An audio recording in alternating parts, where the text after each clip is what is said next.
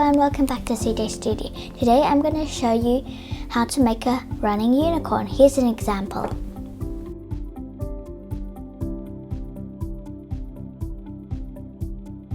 So today our goal is to make a unicorn run in the forest. So step 1, I'm going to explain the coordinates system, and then for step 2 we're going to create a scene for the unicorn and forest. Step 3, at the start, we're going to make the unicorn appear at a certain position.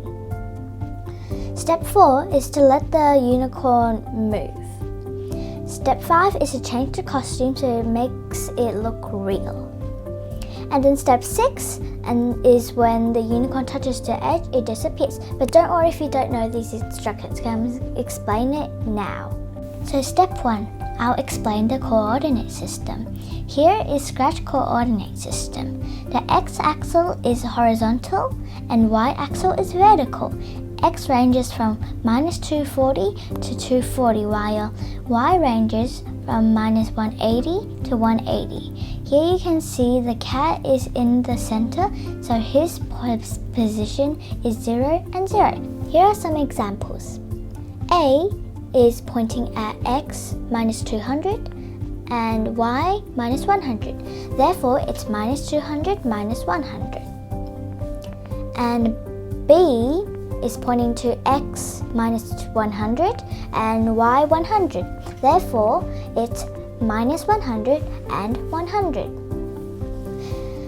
And C is pointing to x 200 and y 100. Therefore, it's x 200, y 100. And D is pointing to x 100 and y -100. Therefore, it's 100 -100. I hope you know how to do this.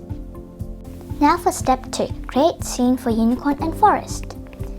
First, we're going to go into backdrops. I'm going to choose forest.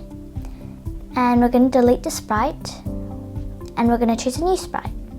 For me, we're going to choose a running unicorn. Step 3. At the start, unicorn appears at a certain position. We're going to make this unicorn appear at a certain position. First, we're going to change its size to 50 so that it's smaller.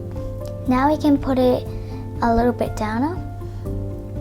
Now let's go into events. I'm going to get when green flag clicked. And then go into motions and go to a coordinate so that it can be for its starting position. Now let's move up to step 4, let unicorn move.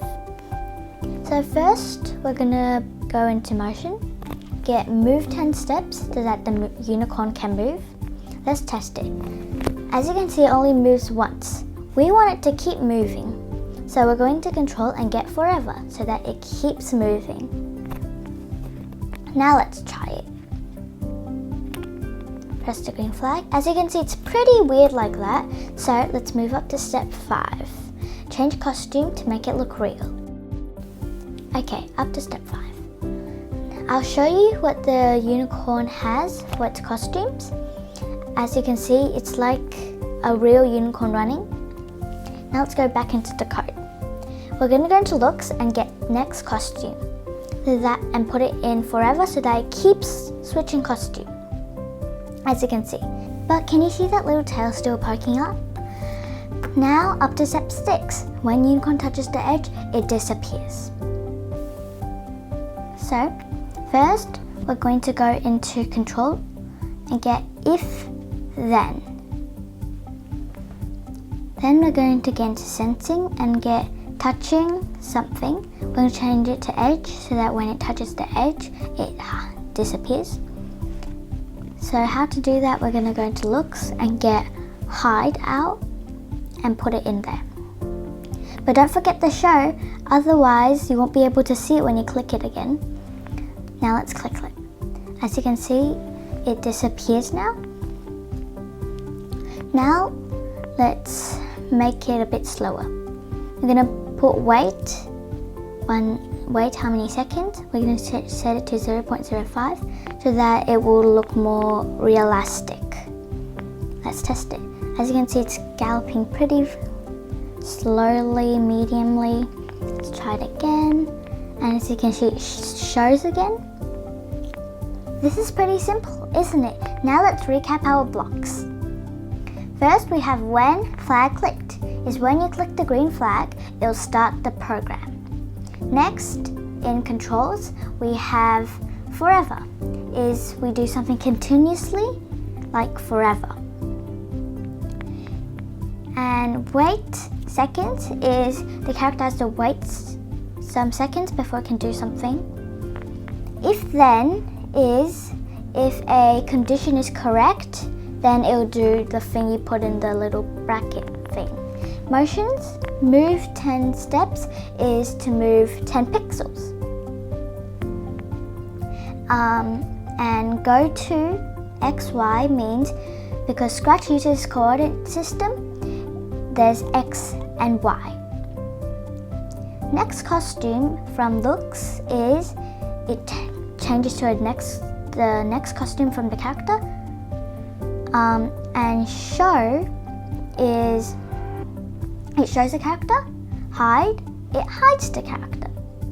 Sensing, there's this condition called touching something. It gives you the option edge or mouse pointer. We used edge. That's it for today.